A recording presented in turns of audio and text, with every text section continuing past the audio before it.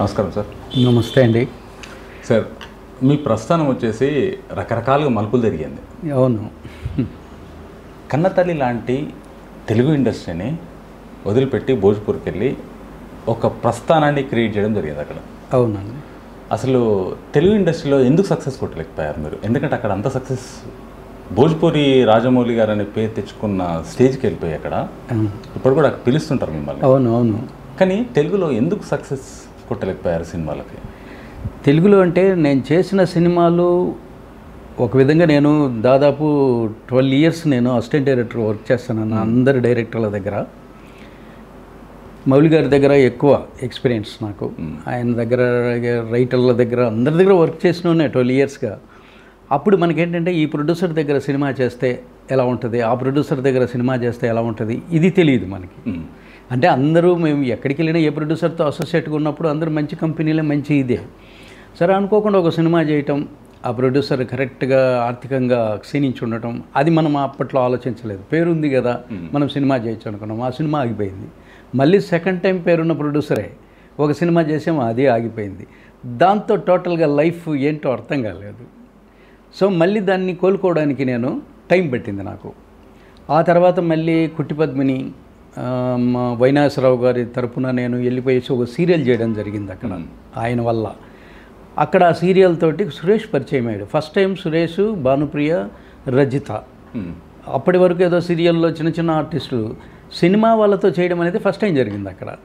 So అక్కడ సురేష్ నన్ను ఇది చూసేసి, లేదు ఒక ప్రొడ్యూస్ చేస్తాను నేను, నీ టాలెంట్ నాకు నచ్చింది, ఓ సినిమా చేద్దామని తీసుకొచ్చి భవానీ చేశాడు. అప్పుడు తనతో ఒకటే అన్నాను ఫ్లైట్లో. ఇద్దరు ప్రొడ్యూసర్లు లెఫ్ట్ రైట్ వాయించారు, ఇంకా నాకు వాయించడానికి ఛాన్స్ లేదు, రెండు ఆగిపోయాయి. ఇప్పుడు ఇంకా సినిమా మీరు కన్ఫర్మ్డ్ అనుకుంటే చేద్దాం, లేకపోతే ఏదో జరుగుతుంది ఇక్కడ సీరియల్లో అని చెప్తే అప్పుడు ఫస్ట్ సినిమా భవానీ. దాంతో నాకు మంచి పేరు వచ్చింది. అంటే సెకండ్ టైం ఇమ్మీడియట్లీ మళ్ళీ సురేష్ హీరోగా. భవానీ సినిమా కాదు కాదు, తెలుగే. ప్రియ గారు లేదు, సురేష్, పింకీ అని అనితాని ఇంట్రడ్యూస్ చేశాను. ఇద్దరు హీరోయిన్లు బాంబే నుంచి తీసుకొచ్చి ఇక్కడే పృథ్వీ సెకండ్ లీడ్, ఇక్కడే సినిమా చేసాం. మొత్తం హైదరాబాద్లోనే చేసాం. 21 daysలో కంప్లీట్ చేశాను ఆ సినిమాని. ఆ సినిమా నాకు మంచి పేరు తీసుకొచ్చి పెట్టింది. దాంతో భవానీ సుబ్బారావు అని మొదలుపెట్టారు. ఆ తర్వాత సురేష్ హీరోగా మళ్ళీ శివుడు సినిమా స్టార్ట్ చేసాం. అది రిలీజ్ అయింది. అది కొంచెం యావరేజ్గా ఆడింది. ఆ తర్వాత మనమిద్దరని బిగ్ కాస్టింగ్, కోటి మ్యూజిక్ డైరెక్టర్, మన ప్రకాష్ రాజు, చలపతిరావు, ప్రగతి, అందరూ పెద్ద పెద్ద కాస్టింగ్ తోటి ఒక సినిమా ప్లాన్ చేసాం. ఆ సినిమా ఏంటంటే ఆ ప్రొడ్యూసర్ మేనల్లుడు హీరో అయ్యాడు. ఫస్ట్ ఏదో తరుణ్, ఉదయ్ కిరణ్ అనుకున్నాం, అవన్నీ పోయి మేనల్లుడే హీరో అయ్యాడు. ఆ సినిమాని చేయటం బాగా, మేకింగ్ అన్నీ బాగున్నాయి. సినిమా అంత మంచి పేరు వచ్చింది, అంతా వచ్చింది. రిలీజ్ లేట్ అయింది. ఆ సినిమా డిజాస్టర్. దాంతో నాకు టైం ల్యాప్స్. ఎందుకు డిజాస్టర్ అయింది సార్ సినిమా? అసలు లేట్ అవ్వడం అవ్వచ్చు. ఇప్పుడు ఎగ్జాంపుల్ ఇప్పుడు ఎలా ఉందో పరిస్థితి, అప్పుడు కూడా అలాగే ఒక సినిమా చేసి మనం ఇంట్లో పెట్టుకుంటే ఇప్పుడు నెలకు ఒకసారి ట్రెండ్ మారుతుంది, జనరేషన్ మారుతుంది. అప్పుడు 1 yearకి మారేది. ఆ సినిమా కంప్లీట్ అయిపోయి కూడా 2 years ఆగింది. సో ఏదో వాళ్ళ ప్రాబ్లమ్స్, మనం పెట్టిన డబ్బులు మొత్తం వస్తే ఇచ్చేద్దాం, ఓ 75% డబ్బులు వచ్చింది ఇచ్చేయచ్చు, మనం రిలీజ్ చేసేయచ్చు. వాళ్ళు రిలీజ్ చేయలేగదు. ఎందుకంటే మన సినిమా బాగుంది, మనకు పేమెంట్ ఎక్కువ వస్తుంది. దాంతో లేట్ చేసుకున్నారు. అందుకే ఫస్ట్ టైం మేము ఆంధ్రప్రదేశ్, ఇక్కడ తెలంగాణలో కూడా ఫస్ట్ టైం బస్సుల మీద రాసింది నేనే, మనమిద్దరం అనే టైటిల్. సో అది నేను ఫిబ్రవరిలో రిలీజ్ చేయాలని పబ్లిసిటీ చేస్తే ఆ సినిమా నాకు సెప్టెంబర్, అక్టోబర్లో రిలీజ్ అయింది. రామనాయుడు గారు రిలీజ్ చేశారు సురేష్ ప్రొడక్షన్ కంపెనీ తరఫున. అది డిజాస్టర్ అవడం, ఏమీ లేకుండా తర్వాత మన గురించి పట్టించుకునే వాళ్ళు లేరు. అలాగే కథలు రాసుకొనేసి చాలా వరకు ఆఫీసులు తిరిగాను, హీరోల చుట్టూ తిరిగాను. టైం వేస్ట్ అవుతుంది కానీ ఏం ప్రయోజనం అనిపించాల. ఆ టైంలో ఒక యూపీ ప్రొడ్యూసర్ అతను వచ్చి, యాక్చువల్గా అయితే నాకు హిందీ రాదు, అతనికి తెలుగు రాదు, మరి ఎందుకు వచ్చాడో నా దగ్గరికి తెలియదు. ఓ తెలుగు సినిమా చేద్దామన్నాడు. తెలుసా, నేను ఫ్లాప్లో ఉన్నాను, నేను తిరుగుతున్నాను హీరోల దగ్గర. సార్ ఇలా ఉన్నప్పుడు మీరు అక్కడికి పే ప్రస్థానం మాట్లాడుకుందాం.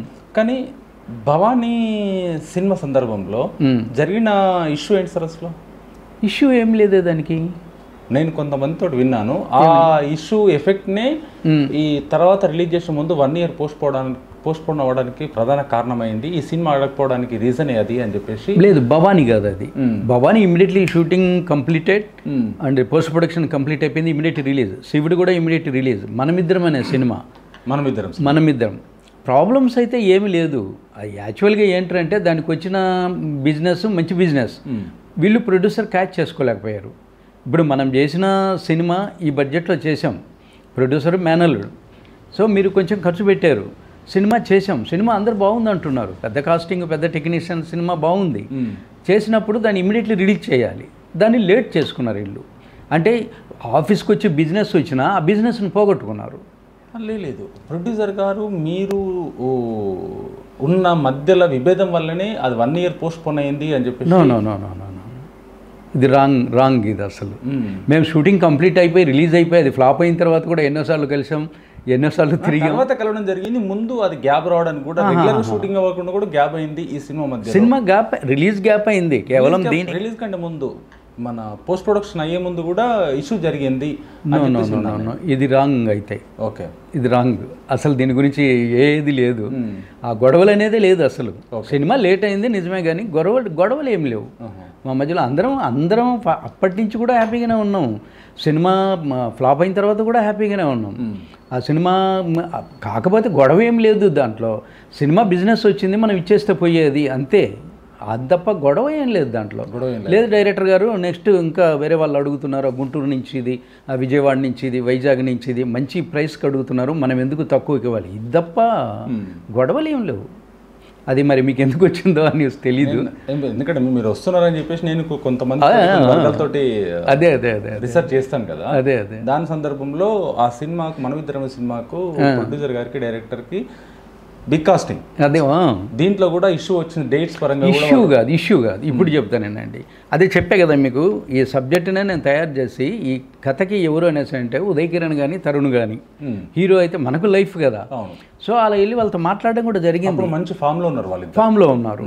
సో వాళ్ళతో చేస్తే నా లైఫ్ నిలబడుతుంది. సబ్జెక్ట్ మంచిది అనుకున్నప్పుడు వాళ్ళను మేము మీట్ అయ్యాం కూడా, మీట్ అయ్యి మాట్లాడాము. డేట్స్ కొంచెం వాళ్ళ ఆగే, అంటే కొంచెం ఇంకా ఉంది, డేట్స్ కొంచెం లేట్గా ఇస్తామన్నారు. ఈలోపు జరిగిన పెళ్లిమెల్లి ఏంటంటే వాళ్ళ మేనల్లుడు హీరోగా ఎంటర్ అయ్యాడు. ఓకే, అప్పటిదాకా తన సినిమాలో ఎలాంటి ఫస్ట్ టైం అతని సినిమాలో హీరో కాదు అప్పటికి. ఓకే, అప్పటికి హీరో కాదు, ఇది అనుకుంటున్నాం. మిగతా కాస్టింగ్ అంతా చలపతిరావు గారు, ప్రకాష్ రాజు, వీళ్ళు అన్నీ అనుకున్నాం, అంతా ఇది చేసాము, అన్నీ అయిపోయినాయి, సాంగ్స్ కూడా రికార్డ్ చేసాం. సో వాళ్ళ డేట్ కోసం వెయిట్ చేద్దాం అనేది జరిగింది. తర్వాత తన బావమరిదిని తీసుకొచ్చి, లేదు వాళ్ళు లేదు, మా బావమరిది హీరో అనటం, అది 2 రోజులు డిస్కస్ జరిగింది. అంటే నేను అలా అనుకోలేదు, మరి మీ బావమరిదితో మనము సినిమా ఏంటి మరి కష్టం కదా అని.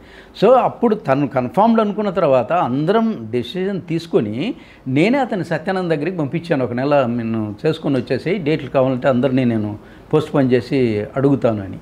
అలా తను ట్రైనింగ్ వచ్చిన తర్వాత నేను షూటింగ్ స్టార్ట్ చేశాను. అంతే తప్ప గొడవ అనేది ఎక్కడ జరగలేదు. సత్యానంద గారి దగ్గర పంపించి ట్రైనింగ్ ఇప్పించాను. అప్పుడు ఐ థింక్ ప్రభాస్ గారు కూడా అక్కడే ట్రైనింగ్ తీసుకుంటున్నారు, అందుకే వాళ్ళిద్దరు ఫ్రెండ్స్ అయ్యారు కూడా. సత్యానంద గారు తర్వాత అతన్ని తీసుకొచ్చిన తర్వాత మనమిద్దరం షూటింగ్ స్టార్ట్ చేశాను. ఎక్కడ ఏది డిస్టర్బ్ లేదు మాకు అసలు, అప్ టు రిలీజ్ వరకు ఏం డిస్టర్బ్ లేదు. కాకపోతే సినిమా ఫ్లాప్ అయింది. ఫ్లాప్ అయిన తర్వాత కలిసాము, బాగానే ఉన్నాము, అంతా అదేం లేదు. అంటే ఈ మధ్యలో ఆ హీరో చేంజ్ వల్ల ఏమన్నా మీకు వచ్చి ఉంటే ఆ న్యూస్ వచ్చి ఉండొచ్చు. అదే ఇద్దరు మధ్య ప్రొడ్యూసర్ గారికి లేదు, ఆ 2 days ఏంటంటే మనము ఒక హీరోతో చేస్తే బాగుంటుందని ఆయన లేదు, ఆ హీరోస్ డేట్ ఇది ఉంది, నేను ఇమ్మీడియట్లీ సినిమా చేసేయాలి, ఇప్పుడు కాదంటే ప్రాబ్లం వస్తుంది, అది జరిగిందే తప్ప అదేం లేదు. అది కూడా పెద్ద ఇష్యూగా ఏం తీసుకోలేదు నేను దాన్ని. ఏది మీ మేనల్లుడు కొత్త హీరో అది ఇదని కూడా ఇష్యూగా తీసుకోలేదు. కుర్రాడు బాగానే ఉన్నాడు, బాగానే అనిపించింది, సబ్జెక్టుకు యాక్సెప్ట్ అనిపించింది, సినిమా స్టార్ట్ చేశాను అంతే. సార్ మీరు తెలుగులో నుంచి భోజ్పూర్ వెళ్ళడానికి ఒక ప్రొడ్యూసర్ రావడం, మీరు ఫెయిలియర్లో ఉన్నాడని చెప్పడం ఇదంతా ఓకే. కాకపోతే ఆల్రెడీ భోజ్పూర్లో 2 లిజెండర్స్ ఉన్నారు అప్పటికి. అవును, హీరోస్, ప్రొడ్యూసర్ అయిన వాళ్ళే, హీరో అయిన వాళ్ళే అప్పుడు భోజ్పూర్ ఇండస్ట్రీని వేలుతున్నారు. అవును, మనోజ్ తివారీ, రవికిషన్ గారు వాళ్ళకు అస్సలు కంటే ముందు పెట్రోల్ పోసి ముందు పెడితే ఆటోమేటిక్ అగ్గి అంటుకునే సిచ్యువేషన్ వాళ్ళిద్దరిది. అవును, డే 1 నుంచి వాళ్ళది అంతే. భోజ్పూర్ ఇండస్ట్రీలో ఒకరిది 100 రోజులు ఆడిందంటే ఒకరిది 200 రోజులు ఆడాల్సింది. అవును, ఇలాంటి సందర్భంలో మీరు ఎంటర్ అయ్యి, అంటే వాళ్ళిద్దరు గొడవని అడ్వాంటేజ్ తీసుకొని మీ సినిమాలు అప్పటిదాకా కొత్త డైరెక్టర్స్ ఇంట్రొడ్యూస్ అవ్వాలంటే అప్పటికి ఆ ఇండస్ట్రీలో చాలా భయపడేవాళ్ళు. అవును, కూర్చొని గొంగట్లో రివర్ వాళ్ళు పెట్టుకొని నాటు తుపాకులు పెట్టుకొని వచ్చే ఏరియా అంత భోజ్పురి అంటే అవును, అవును. అంత ఏరియా. అవును. కానీ వీళ్ళిద్దరు గొడవను అడ్వాంటేజ్గా తీసుకొని మీరు ఎంటర్ అయ్యి చేశారా? చేసేటప్పుడు కూడా నాకు తెలిసి మధ్యలో, ఎందుకంటే అది మొత్తము నాటు బాంబులు నాటు తుపాకులు తిరిగే ఏరియా, అది ఓపెన్ సీక్రెట్ అందరికి తెలిసిందే. అలాంటి సందర్భంలో మీ దగ్గరికి ఎలాంటి బెదిరింపు కానీ మీ దగ్గర తుపాకు పెట్టి చేయడం కానీ? యాక్చువల్గా అలాంటి ఏం లేదు. భోజ్పురి అనేటప్పటికీ నేను అదొక ఊరు అనుకున్నాను అంతే. ఆ ప్రొడ్యూసర్ చెప్పినప్పుడు నాకు అక్కడ మనోజ్ తివారీ, రవికిషన్, స్టార్స్ ఇవన్నీ అని తెలియదు. నాకు తెలియదు, అస్సలు తెలియదు. హిందీ రాదు కాబట్టి, నాకు హిందీ రాదు కాబట్టి అసలు ఆ ఇండస్ట్రీ గురించి నాకు ఐడియా లేదు. ప్రొడ్యూసర్ కూడా భోజ్పురి అంటే అదేదో ఊరు కదా, అక్కడికి ఆ ఊరు వెళ్ళి ఏం చేస్తామన్న మాటలే మాట్లాడాను. అరే సుబ్బాజీ, భోజ్పురి అంటే ఊరు కాదు, అదొక భాష అన్నాడు ఆయన. మరి అది కూడా నాకు తెలియదు, నాతో ఎలా సినిమా చేస్తావు, నాకు హిందీ రాదు మాట్లాడడానికి, భోజ్పురి తీసుకెళ్ళి ఎలా సినిమా చేస్తావును, ఇట్స్ పాసిబుల్ కాదు, అది నాట్ పాసిబుల్. అతనికి ఎంత చెప్పినా అతను వినలేదు. నీ మీద నాకు నమ్మకం ఉంది, నీకు భాష రాకపోయినా నువ్వు డైరెక్షన్ చేయగలవు, నీ గురించి నాకు అంతా తెలుసు, నేను ఎంతో ఎంక్వైరీ చేయకుండా నీ దగ్గరికి వచ్చి నేను సినిమా చేయమని అడగలేదు అన్నాడు. సరే తెలుగు సినిమా చేద్దాం ఎందుకు అన్నాను. తెలుగు సినిమా అని చెప్పి ఆయన ఆఫీస్ తీసి అన్నీ చేసి చివరకు భోజ్పురి సినిమా. అప్పుడు ఏం జరిగిందంటే అక్కడ దినేష్ లాల్ యాదవ్ అని అతని నిక్ నేమ్ నిర్హువా. అప్పటికే ఒక ఆల్బమ్ నిర్హువా సటల్ రహే అని రిలీజ్ అయింది. హీరో కాలేదు ఇంకా, ఆల్బమ్లు చేసుకుంటూ ఉండేవాడు. తనని ఒక 5 డే హైదరాబాద్ తీసుకొచ్చాడు. నువ్వు డైరెక్టర్ గారు అసలు చేయనంటున్నారు, మనం ఒకసారి వెళ్దాము, నువ్వు కూడా రాని ఇక్కడికి తీసుకొచ్చాడు. ఇక్కడ మా ఆఫీస్లో అతను స్టే చేశాడు. సో అతను చూసిన తర్వాత నేను అంతకుముందు ఏదో చేద్దామని ఆలోచన ఉండేదేమో, అతను చూసిన తర్వాత అసలు వద్దనుకున్నాను నేను. మనకి సినిమాలు వద్దు, భాష రాదు, ఇతను హీరో ఏంటి అది ఇదే. ఆ తర్వాత తను కొంచెం మంచితనం, అతను ఒక నెల రోజులు నాతో స్పెండ్ చేయడం, తెలియని ఒక ఏదో కలిగింది. అప్పటికి కూడా చెప్పాను నేను ఆ హీరోకి, నాకు భాష రాదు వద్దంటే, తను ప్రొడ్యూసర్ ఇద్దరు కలిపి నన్ను బాంబే తీసుకెళ్ళి అక్కడ అంతా చూసాం, అన్నీ చేసాం. అప్పుడు తెలిసింది నాకు భోజ్పురిలో super star Manoj Tiwari and Ravi Kishan అనే వాళ్ళు ఇద్దరు ఉన్నారు అనేసి. అప్పట్లో నగ్మా, రంభా కూడా వాళ్ళతో కాంబినేషన్ ఇది ఉంది. తెలుగులో అయిపోయినాక సెకండ్ ఇన్నింగ్ అక్కడ సూపర్ స్టార్గా వాళ్ళు వెలిగారు అక్కడ. సో వాళ్ళిద్దరూ తెలుగు వాళ్ళే, కానీ వీళ్ళు వచ్చారు కదా, వాళ్ళు చేస్తున్నారు కదా, మరి అంటే వాళ్ళకి భాష వచ్చు, మనకు రాదు, సో మనం తప్పు చేయకూడదు కదా. అలా కూడా కొద్ది రోజులు అక్కడ ఒక 3 days గడిపాం బాంబేలో. ఏం అర్థం కాలేదండి. సో రిటర్న్, హీరోని అక్కడ వదిలేసి రిటర్న్. ఇక్కడ ప్రొడ్యూసర్ బలవంతం చేశాడు, లేదు చెయ్యాల్సిందే అనేసి. అయితే ఓ పని చేద్దాం, అక్కడది CDs కొన్ని తీసుకొచ్చేద్దాం. అప్పుడు CDs ఉండేటి, DVDలు CDs అవి తెచ్చుకొని చూశాను. ఏదో ఒక సినిమా ప్లే చేస్తే ఒక సీను ఒక సాంగ్, ఒక 20 సాంగులు ఉన్నాయి మూవీలో. ఏ మూవీ చూసినా 20 songs. నాకు మెంటల్ వచ్చేసింది. ఏంటి చివరకు మనం తెలుగు వదిలేసి ఏదో ఇలాంటి పరిస్థితి, ఈ సినిమా ఆల్బమ్ చేయడానికి పోతున్నట్టు, అది ఆల్బమ్ కూడా లేదు. ఏంటి మనం అసలు ఇలా అయిపోయాము. ఒక 1 week నాకు అసలు అర్థం కాలేదు. సో ఆయన నాకు కొంత అడ్వాన్స్ ఇచ్చాడు. నేను మీలాంటి వాళ్ళను కొంచెం అడ్వాన్స్ రిటర్న్ చేయాలి, డబ్బులు కొంచెం అప్పివ్వండి, మళ్ళీ సినిమా రాగానే ఇస్తాను, ఇలాంటివి కూడా చేశాను. అతను ససేమిరా లేదు, మళ్ళీ తీసుకొచ్చి ఒక 50,000 నాకు డబ్బులు ఇచ్చాడు. మనం సినిమా చేస్తున్నావు, నువ్వు పిచ్చి చేష్టాలు చేయొద్దు అన్నాడు. ఇతనికి నా మీద ఇంత కాన్ఫిడెన్స్ ఉన్నప్పుడు నేను ఎందుకు వెనక్కి వెళ్తున్నాను?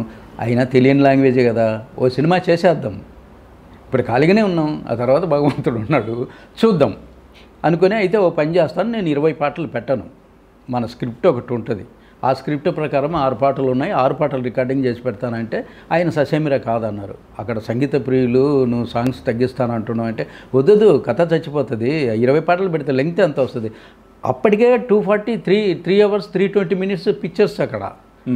సో మనకు ఈ హీరోలు ఎవరు, సూపర్ స్టార్లు ఎవరు ఇవన్నీ మనకు తెలియదు ఇంక అక్కడ, దాని గురించి వదిలేసాం అసలు. కానీ బీహార్ అంటే ఇలా ఉంటుంది అనేది భయపడ్డాను కాస్త. ఆ తర్వాత ఇక్కడే షూటింగ్ కంప్లీట్, అది కంప్లీట్ 25 daysలో కంప్లీట్ చేశాను. సినిమాని పోస్ట్ ప్రొడక్షన్ చేశాం. ఓకే అంత ఇదేంది, సౌత్లో ఎవరో దినేష్ లాల్ యాదవ్ అని ఒక ఆల్బమ్ హీరోని తీసుకెళ్ళి ఎవరో సౌత్ డైరెక్టర్ ఆడెవడో సినిమా చేశాడంట, అది రిలీజ్ అవ్వబోతుంది. ఇది జరిగింది అక్కడ. సో ఈ సినిమా చూపించిన తర్వాత అక్కడ ఏదో 25 లక్షలు ఇచ్చేవాళ్ళు కానీ, లేకపోతే 30 లక్షలు ఇచ్చేవాళ్ళు. సినిమాలు అంతే ఉండేటి, 30 lakhs, 25 lakhs, 35 lakhs. ఏది మనోజ్ తివారీ చేసినా, రవికిషన్ చేసినా ఇదే బడ్జెట్. కానీ ఫస్ట్ టైం మంది 60 lakhs అయింది బడ్జెట్ హైదరాబాద్లో. 60 లక్షల్లో సినిమా తీశాడంట, ఆడెవడో ఇన్ని పెట్టుకొని గొట్టంగాని మనల్ని మనం అసలు కనుక్కోలేదా మన గురించి. ఈ టాపిక్లు వచ్చినాయి అక్కడ. అప్పటికి కనుక్కోలేదా అని అంటే వాళ్ళు వీళ్ళు మీలాంటి వాళ్ళు చెబితే అరే నిన్న రవికిషన్ మీ గురించే చర్చ, మనోజ్ తివారీ మీ గురించే చర్చ, వాళ్ళు ఎందుకు నా గురించి 60 lakhs బడ్జెట్లో సినిమా చేయడం ఏంటి మీరు? వాళ్ళు ఇప్పటివరకు చేయలేదు అంత బడ్జెట్. నేను షాక్ అయిపోయాను. మనకు తెలియదు అప్పుడు బడ్జెట్ కూడా, ఇదే తక్కువ బడ్జెట్ అని మనం ఫీల్ అవుతున్నాం. సో అలా అక్కడికి వెళ్ళిన తర్వాత ఆ సినిమాని అందరికీ చూపిస్తే ఏముంది ఈ సినిమాలో, ఎందుకు 60 లక్షలు ఖర్చు పెట్టారు, ఇలా అందరూ మాట్లాడడం జరిగింది. ఇంకా నేను ప్రొడ్యూసర్కి చెప్పాను, నన్ను తీసుకెళ్ళకు, అందరి సినిమా గురించి చాలా బ్యాడ్గా మాట్లాడుతున్నారు, నువ్వు చెప్తే వినకపోతే చూడు మొత్తం లస్. అరే జానేదేవ్ పోతే పోయింది, నువ్వు ఎందుకు టెన్షన్ పడతావు అన్నాడు. ఆయన ధైర్యమే అంతే, ఇంకేం లేదు. సో సినిమా రిలీజ్ అయిందండి. రిలీజ్ అయిన తర్వాత 3వ రోజు ప్రొడ్యూసర్ మోతీనగర్లో చాయ్ తాగుదాం రమ్మని పిలిచాడు. అక్కడికి వెళ్తే సుబ్బాజీ ఏం సినిమా తీసావు నువ్వు, హౌస్ఫుల్ కలెక్షన్లు తెలుసా, మతిపోతుంది, అందరూ అదే చర్చ అన్నాడు. గమనుండు, ఆ సినిమా అర్థం ఏంటి, మళ్ళీవాడువే నువ్వు, ఊరికి నాకేదో ఫస్ట్ నుంచి నన్ను ప్రోత్సహిస్తున్నావు, ఇప్పుడు ఫ్లాప్ అయిందంటే నేనేదో ఫీల్ అవుతాను, నేనేం ఫీల్ అవ్వనంటే నిజం చెప్తున్నాను, నాకు చాలా డబ్బులు వచ్చేలాగా ఉంది అన్నాడు. ఫస్ట్ వీక్ అయిపోయిందండి. సెకండ్ వీకు థియేటర్కి వెళ్దాం పదా చూద్దాం, నాకే కలిగింది అలా ఉత్సాహం. సరే వెళ్ళిపోయి బాంబేలో చూసాం, నవరంగాని థియేటర్లో. Police lathi charge collection. Doubt వచ్చింది, పోస్టర్ నాదే ఉంది, నా సినిమా కాదేమో అని డౌట్ నాకు. థియేటర్ లోపలికి వెళ్ళాం. సార్ థియేటర్ ఫుల్ అయిపోయింది, ఒక 150 మంది నిలబడి చూస్తున్నారు సినిమాని. నాకు అసలు నేనా డైరెక్షన్ చేసింది, ఇది నా సినిమానా, ఒక్కసారి షాక్లోకి వెళ్ళిపోయాను. సార్ అటు నుంచి మళ్ళీ ఏం జరిగింది, మనము బీహార్ వెళ్ళి సరదాగా తిరిగి వద్దాంపా, అందరూ అన్ని చోట్ల ఇలాగే ఉంది, సినిమా సూపర్ డూపర్ హిట్, మామూలుగా చెప్పడం లేదు, జనాలకు మీరని తెలియదు, జనాలకు తెలీదు. నా పేరు అప్పటికి ఇంకా సుబ్బాజీ అంట, నా పేరు సుబ్బారావు గోసంగి అన్న కూడా సుబ్బాజీ అని పెట్టేశారు ఆ సినిమాకే. ఆ తర్వాత మేము అక్కడికి వెళ్ళామండి, మోతీహార్ అనే ఒక ఊరు వెళ్ళాం సార్, అందరం కొంచెం ఆర్టిస్టులు, మన హీరోయిన్, సినిమాలు చేసిన వాళ్ళు వెళ్ళాం. థియేటర్ హౌస్ఫుల్ అయిపోయి బయట ఇంకొక థియేటర్ జనాలు ఉన్నారు సార్. అది 12వ రోజు సినిమా, అసలు సండే లేదు, మండే లేదు, థర్స్డే లేదు, డైలీ రెగ్యులర్ హౌస్ఫుల్ ఆడుతుంది. సో కెపాసిటీని మించి మళ్ళీ టికెట్లు ఇచ్చేసి నిలబడి చూస్తున్నారు. సో ఇది అక్కడ బాంబేలో చూశాను నవరంగులో, ఇక్కడ ఏంటి ఇలా ఉంది, సైకిల్స్ కింద పడిపోయి అసలు బీభత్సవం. ఇప్పటికీ నమ్మలేను, నిజం నా సినిమానేనా అని. ఒక్కోసారి అది చెప్పుకుంటుంటే నాకు కూడా షాకే. థియేటర్లో కూర్చొని సినిమా చూస్తున్నాం, ఐటమ్ సాంగ్ ప్లే అయింది, అన్నీ non AC theatres, item song play అయింది, గన్లతో పిలిచారండి. ఒక్కసారి చీరలో నుంచి ఏంటి, నేను మా ఊరి నుంచి వచ్చి ఇక్కడ చచ్చిపోతున్నా, హైదరాబాద్లో చచ్చిపోయినా ఏదో చేసేవాళ్ళు, పడిపోయిందా సార్? అస్సలు మామూలు కాదండి, పరిగెట్టాడు బయటికి, మా వీళ్ళందరూ పట్టుకొనేశారు, ఎక్కడికి అని, గొడవలు జరుగుతున్నాయి, ఏదో చంపేసేటట్టున్నారు, అంతా గన్లతో పిలుస్తున్నారు, అది ఇదని. ఈ ఉత్సాహం సాంగ్ చూసేట నాకు తెలీదు, అది ఒక పెద్ద ఎక్స్పీరియన్స్ నాకు. ఏది నా సినిమాకే ఆనందంతో గన్లు పేల్చడాలా, ఇలా జరిగిందండి. అప్పుడు తెలిసింది బీహార్ అంటే ఏంటి అని. ఇంకా లైఫ్లో ఎప్పుడు మళ్ళీ థియేటర్కి రాను, ఈ భయం చాలు నాకు, ఇంకెప్పుడు లేదని. అది రాను తర్వాత రామానాయుడు గారు శివ చేయటం, అది విని అప్పటితో నాకు బాగా బీహార్లో రామానాయుడు గారు ఎంక్వైరీ చేసి ఆయన రికార్డుకి సినిమాలు తీయాలనుకున్నప్పుడు, ఆయన గిన్నీస్ బుక్ రికార్డుకి వెళ్ళాడు కదా, ఆ రికార్డులో భోజ్పూరి సినిమా ఒకటి చేయాలన్నప్పుడు ఆయనకు తెలిసింది ఏంటంటే మీ సౌత్ వాడే ఇక్కడ సూపర్ స్టారు ఇది అని. ఇంకా ఆ శివ సినిమా చేసేటప్పుడు అనౌన్స్ చేసిన తర్వాత మనోజ్ తివారీ, రవికిషన్, ఇప్పుడు మీరు అన్నారు వాళ్ళ మధ్య గడ్డేస్తే మండేది అని, మరి అది నాకు కనపడలేదు. మరి నేను ఇద్దరితోనే కూర్చొని మాట్లాడాను వచ్చిరాని హిందీతో. అవును సార్, మరి ఇప్పటిదాకా మీరు ఆల్మోస్ట్ 12 సినిమాలు చేశారు, 17 సినిమాలు, 17 అన్నీ హిట్లే, బ్లాక్ బస్టర్. అవును. కానీ వీళ్ళిద్దరితో, మనోజ్ తివారీ తోటి ఈయనతోటి, ఇద్దరితోటి సినిమాలు ఎందుకు చేయలేదు? అదే వాళ్ళిద్దరు కూర్చొని మాట్లాడినప్పుడు మేమేమో చిన్న సినిమా అనుకున్నాము, అంటే చిన్న సినిమా అనేది కదా, సౌత్లో ఒక సినిమా చేస్తున్నాడు, ఒక చిన్న ఏదో తెలియని హీరోని పెట్టుకొని అనుకున్నాం, మాకు ఒక్క సినిమాతోనే మమ్మల్ని పడుకోబెట్టేసి అతని సూపర్ స్టార్ని చేసావు. పాపం వాళ్ళిద్దరితోనే సినిమాలు చేయాలి. యాక్చువల్గా శివ అనే సినిమా నేను రవికిషన్తోనే చేయాలి. ప్రొడ్యూసర్ గారు రామనాయుడు గారు అడిగింది కూడా రవికిషనే అని, కానీ నాకు ఈయన టూన్ అయిపోయాడు, ఒక హిట్, పెద్ద హిట్ అక్కడ, ఎవరు దినేష్ లాల్ యాదవ్. సో నేను కంటిన్యూ అతనితోనే చేయడం జరిగింది. ఎప్పుడు ఆయన అంత బిజీగా ఉన్నా కూడా నేను సినిమా అంటే కథ, ఈ రోజు కూడా నేను ఎవరికి కథ చెప్పేది లేదు. భోజ్పూరిలో ఇన్ని సినిమాలు చేసిన హీరోకు కథ లేదు, హీరోయిన్ల కథ లేదు, క్యారెక్టర్ ఆర్టిస్టుల కథ లేదు. నేను ఒక సినిమా చేస్తున్నాను, నాకు పలానా రోజు నుంచి డేట్స్ కావాలి, వాళ్ళ బాధలు ఏంటో నాకు తెలియదు. కానీ నా డేట్స్ నాకు వచ్చేటి, వచ్చిన తర్వాత లొకేషన్లో చెప్పేవాడిని ఇది ఇదని. ఏదైనా గెటప్ కావాలంటే ఈ గెటప్ అని చెప్పేవాడిని అంతే. ప్రజెంట్ ఇప్పటికి కూడా అదే జరుగుతుంది. సో దాంట్లో ఏమైపోయింది అంటే నాకు ఫ్రీడమ్ ఎక్కువ వచ్చేసింది. సెకండ్ సినిమా హిట్ అవుతుంది, థర్డ్ సినిమా మీరు నమ్ముతారో నమ్మరో గుండెలు ఇలా అరచేతిలో పెట్టుకొని 2 సినిమాలు సిల్వర్ జూబ్లీ. ఈ సినిమా పోతే ఎవ్వరి మూవీ నేను ఇలాగే చేశాను. ఈ సినిమా పోతే అసలు లేం మనం కానీ. దీంట్లో సార్ తెలుగు సినిమాలని చాలా మట్టుకు కాపీ చేసి వాటిలో పేస్ట్ చేశాడు బోసంగి సుబ్బారావు గారు. తెలుగు సినిమాలే కాపీ చేశాడని చెప్పేసి మన తెలుగులో ఉన్న వాళ్ళు ఎంతో మంది, 1000 మంది ఈ మాట విన్నాను నేను. కాదు జనరల్గా వచ్చేసి ఇప్పుడు ఫాదర్ మదర్ రిలేషన్స్ ఇవి ఎక్కడైనా ఇదే అవుతాయి.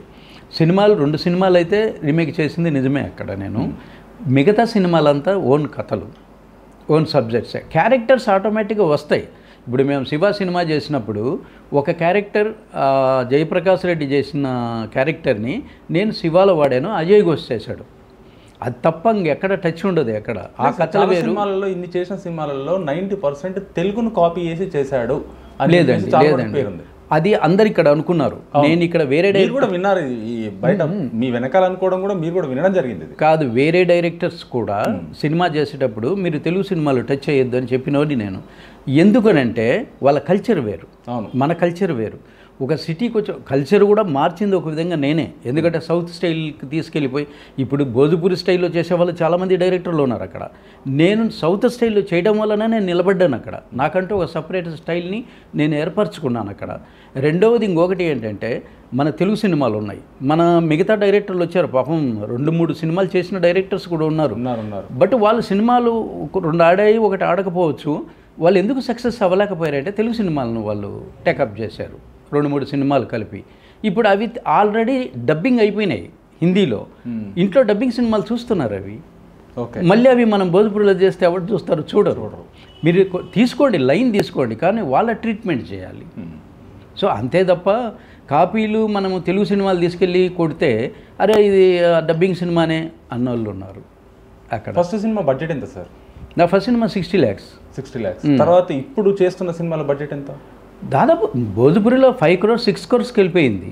6 crores బడ్జెట్ వెళ్ళిపోయింది. కానీ మరి వీళ్ళిద్దరితో సినిమా ఎందుకు చేయలేదు మీరు? మనోజ్ తివారీతో నేను సినిమా చెయ్యాలి. అవును. సో ఆయనతో సినిమా చేసే టయానికి నాకు హీరో సక్సెస్లో ఉన్నాం కాంబినేషన్.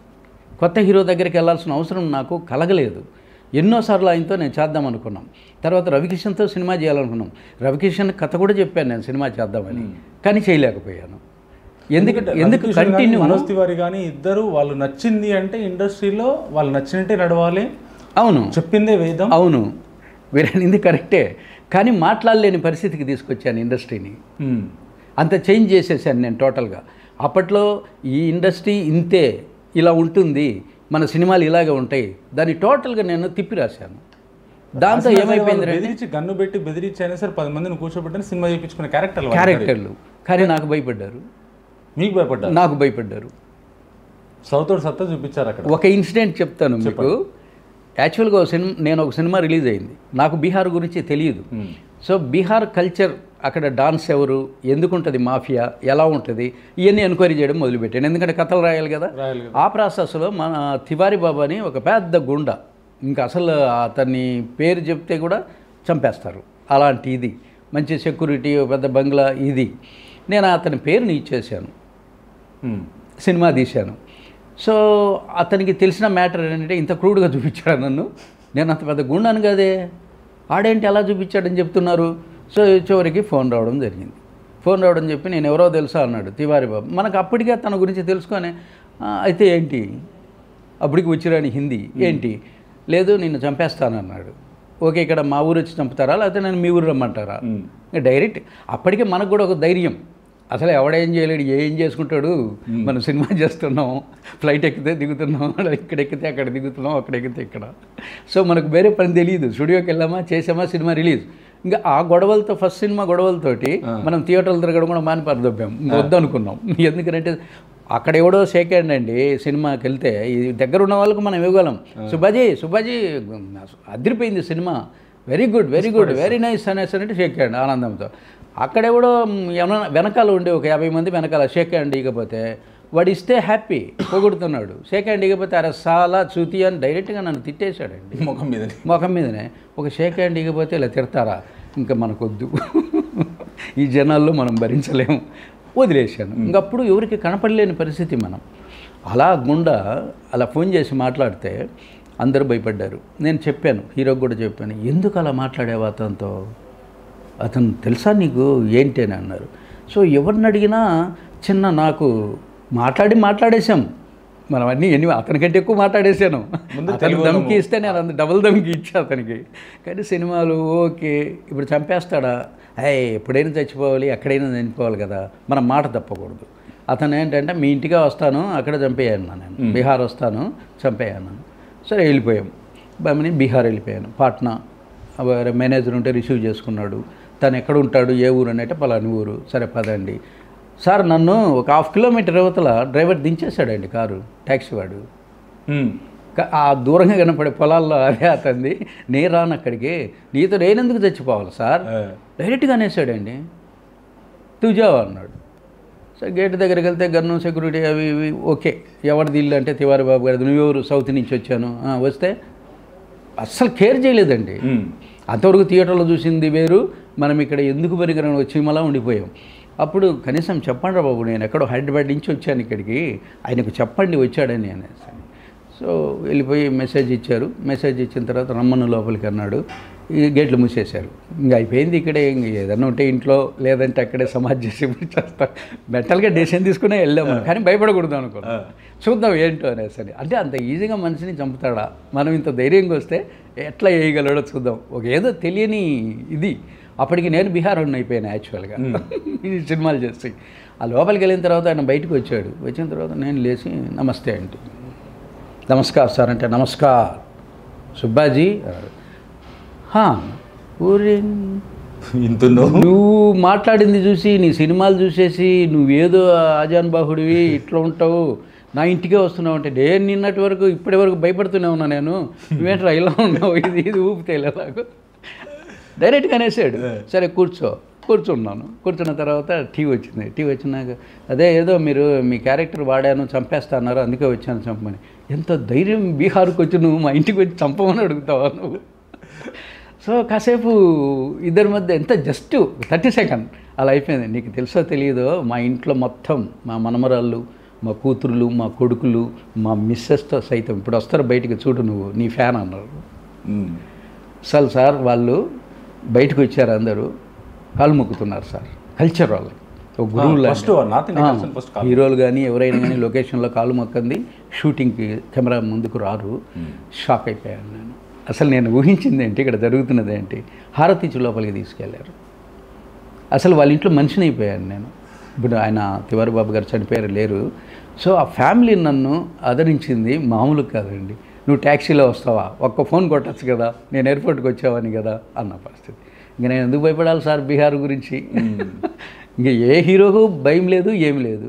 నేను ఈవెన్ ఇప్పుడు థియేటర్స్ లాక్డౌన్ తర్వాత మొత్తం ఇది అయిపోయింది. మన ఇంటర్వ్యూలో మొత్తం ఏకాను, అందరు ఎంపీలే, అందరు హీరోలు తెలుసు, అంతా తెలుసు. ఏకైక వ్యక్తి డైరెక్టర్ మాట్లాడేవాడు సుబ్బాజీ ఒకడే. ఏది గట్టిగా మాట్లాడాలన్నా, స్లోగా మాట్లాడాలన్నా, ఏదన్నా గొడవ చేయాలన్నా అవును. మనోజ్ తివారీ గారు, రవిశంకర్ గారు ఇద్దరు సినిమాలు భోజ్పూర్లో మానేస్తున్నారు అని చెప్పేసి విన్నాను. మానేస్తున్నారంటే మనోజ్ తివారీ ఎంపీ అయిపోయిన తర్వాత సినిమాలు చేయలేదండి. రవికిషన్ చేశాడు, రవికిషన్ కొన్ని సినిమాలు చేశాడు. రమణారెడ్డి గారి సినిమా శివ, నెక్స్ట్ ఆఖరి రాస్తా, నిర్వామైలైన సినిమాలు మన రిలీజ్ అయిపోయేటప్పటికి వాళ్ళు డౌన్ అయిపోయారు టోటల్గా. దినేష్ లాల్ యాదవ్ సూపర్ స్టార్ అయిపోయాడు. సో కంటిన్యూ మనం సినిమాలు చేయడం జరిగింది అతనితో. సౌత్ స్టైలు వాళ్ళకు నచ్చింది, చూశారు, సినిమాని ఆదరించారు, కంటిన్యూ జరిగింది, ఇంకా కంటిన్యూ చేయడం జరిగింది. ఇది జరిగింది. తర్వాత ఆయన ఎంపీ అయిన తర్వాత మానేశాడు. అంటే ఇండస్ట్రీ చేంజ్ అయిపోయింది, కొత్త దారి దొరికింది వాళ్ళకి, చూసే వాళ్ళకి కొత్తగా ఆదరించారు, అంతే, ఇంకేం లేదు. దాన్ని వాళ్ళు తట్టుకోలేకపోయారు. ఒక స్టేజిలో సౌత్ నుంచి ఎవడో ఒకడు వచ్చి ఇక్కడ ఇంత విజృంభణ చేసి ఇది చేస్తే మనమంతా ఏంటి ఇది అయిపోయాము అని తరిమేయాలి.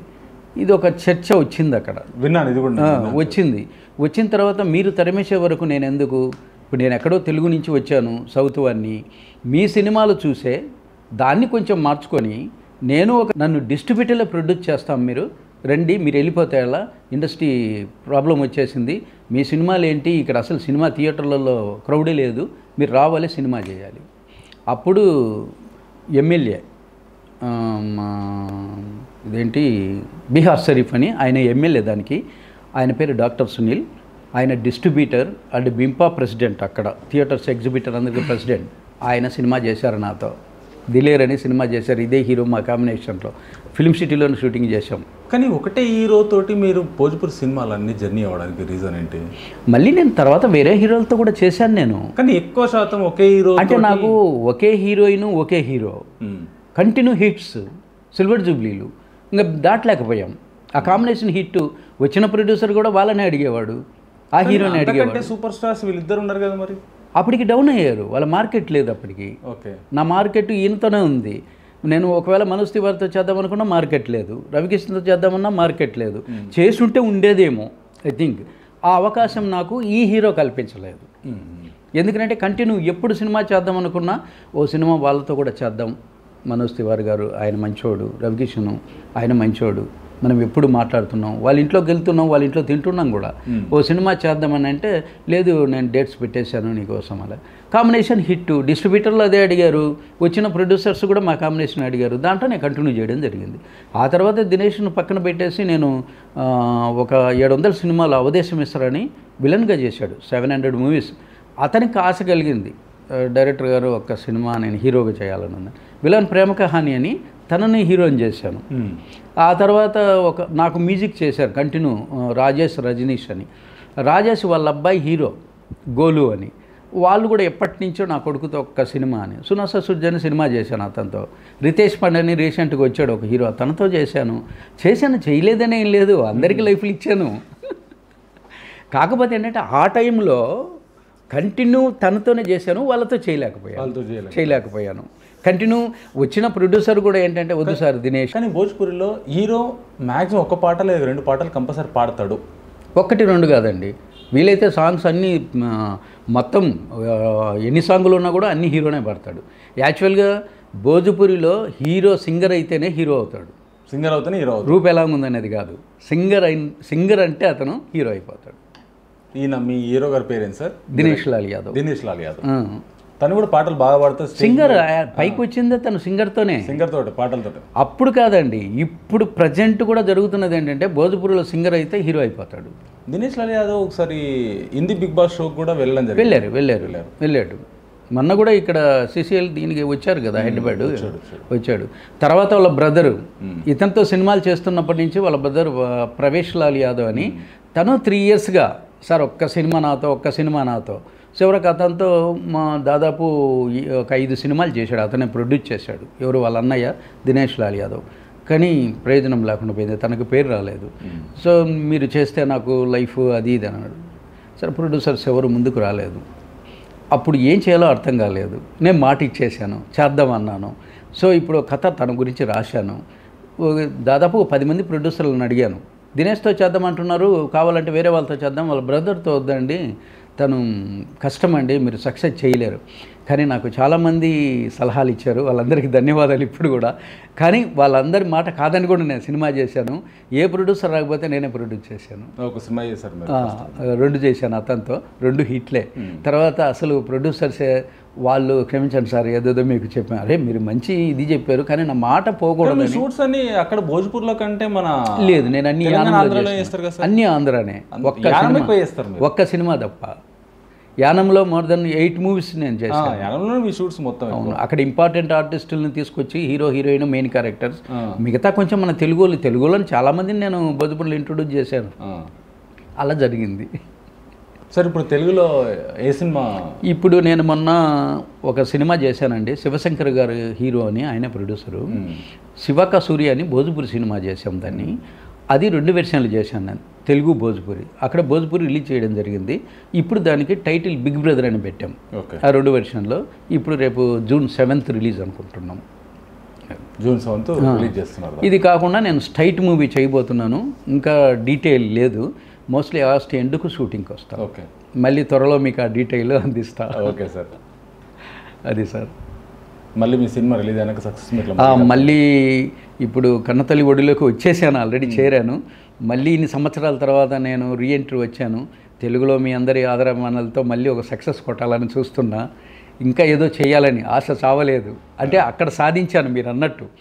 ఒక విధంగా ఇక్కడ నేను వచ్చినప్పుడు నాకు తెలియదు.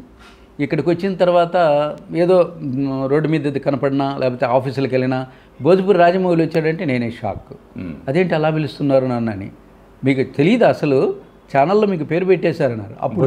అప్పుడు చూశాను నేను. అసలు అలా ఎందుకు ఇదేంటే మీరు విజయ్ డంకా సార్ అక్కడ తప్పే ఉంది అంటే అని. అది నా ఒరిజినల్ పేరు ఇప్పుడు మొత్తం మర్చిపోయారండి, గోసంగి సుబ్బారావు అని. నేను ఎక్కడికి వెళ్ళినా ఆఫీస్కి వెళ్ళినా భోజ్పూరి రాజమౌళి వస్తున్నారు అంటున్నారు. ఒక విధంగా గర్వపడాల్సిన విషయం. ఆ పేరు అంత పెద్ద డైరెక్టర్ని నన్ను ఏదో అంటున్నారని అంటే గర్వంగా ఫీల్ అవుతున్నా, అంతే, ఇంకేం లేదు. అందరి ఆశీర్వాదం అది. అక్కడ సక్సెస్ని ఇక్కడ నన్ను అంటున్నారంటే అక్కడ వాళ్ళు కూడా అదే ఫీల్ అవుతున్నారు. ఆయన చూడు ఇక్కడ సినిమాలు చేసి మనం పొగిడితే ఓకే, కానీ తెలుగులో కూడా ఆయనకు భోజ్పూరి రాజమౌళి అంటున్నారంటే ఆయన ఒకటి సార్. ఇప్పుడు ఈయన సినిమాలు చేశాను దాదాపు 35-37 ఇయర్స్ అయింది. అన్నీ మనకే వస్తాయండి, బాధలు మనకే వస్తాయి, సుఖాలు మనకే వస్తాయి. కష్టం వచ్చిందని బాధపడలేదు, సుఖం వచ్చిందని ఎగరలేదు. నేను క్యాజువల్గా ఎప్పుడు నవ్వుతూ ఉన్నాను, హెల్తీగా ఉన్నాను, ఏం ప్రాబ్లం లేదు. ఇంకా ఒక 10 ఇయర్స్ సినిమాలు చేస్తానని నేను అనుకుంటున్నా. భగవంతుడు ఆశీర్వాదం. చేయాలి సార్, 100% చేయాలి. మళ్ళీ తెలుగుకి వచ్చాను. తెలుగులో మళ్ళీ ఏదో తెలియని నాకు ఒక ఆశ. ఇక్కడి నుంచి వెళ్ళిపోయాను, అక్కడ విజయాన్ని సాధించాను. మళ్ళీ ఇక్కడ కనీసం ఒక 4 సినిమాలు ఏదైనా తెలుగు చేసాం, తెలుగు కూడా హిట్టే అనిపించుకోవాలని, అంతే. దానికి శ్రమ పడుతున్నా, చేయాలని ఉంది. నైట్ అంటే కష్టపడుతున్నాం, చేస్తాను కూడా. అది సార్. మీ వాల్యుబుల్ టైం కేటాయించినందుకు చాలా thank you sir. Thank you sir. మీకు మీ స్టూడియో వాళ్ళకు అందరికీ, అధినేతలకు, టెక్నీషియన్కి అందరికీ థ్యాంక్ యూ.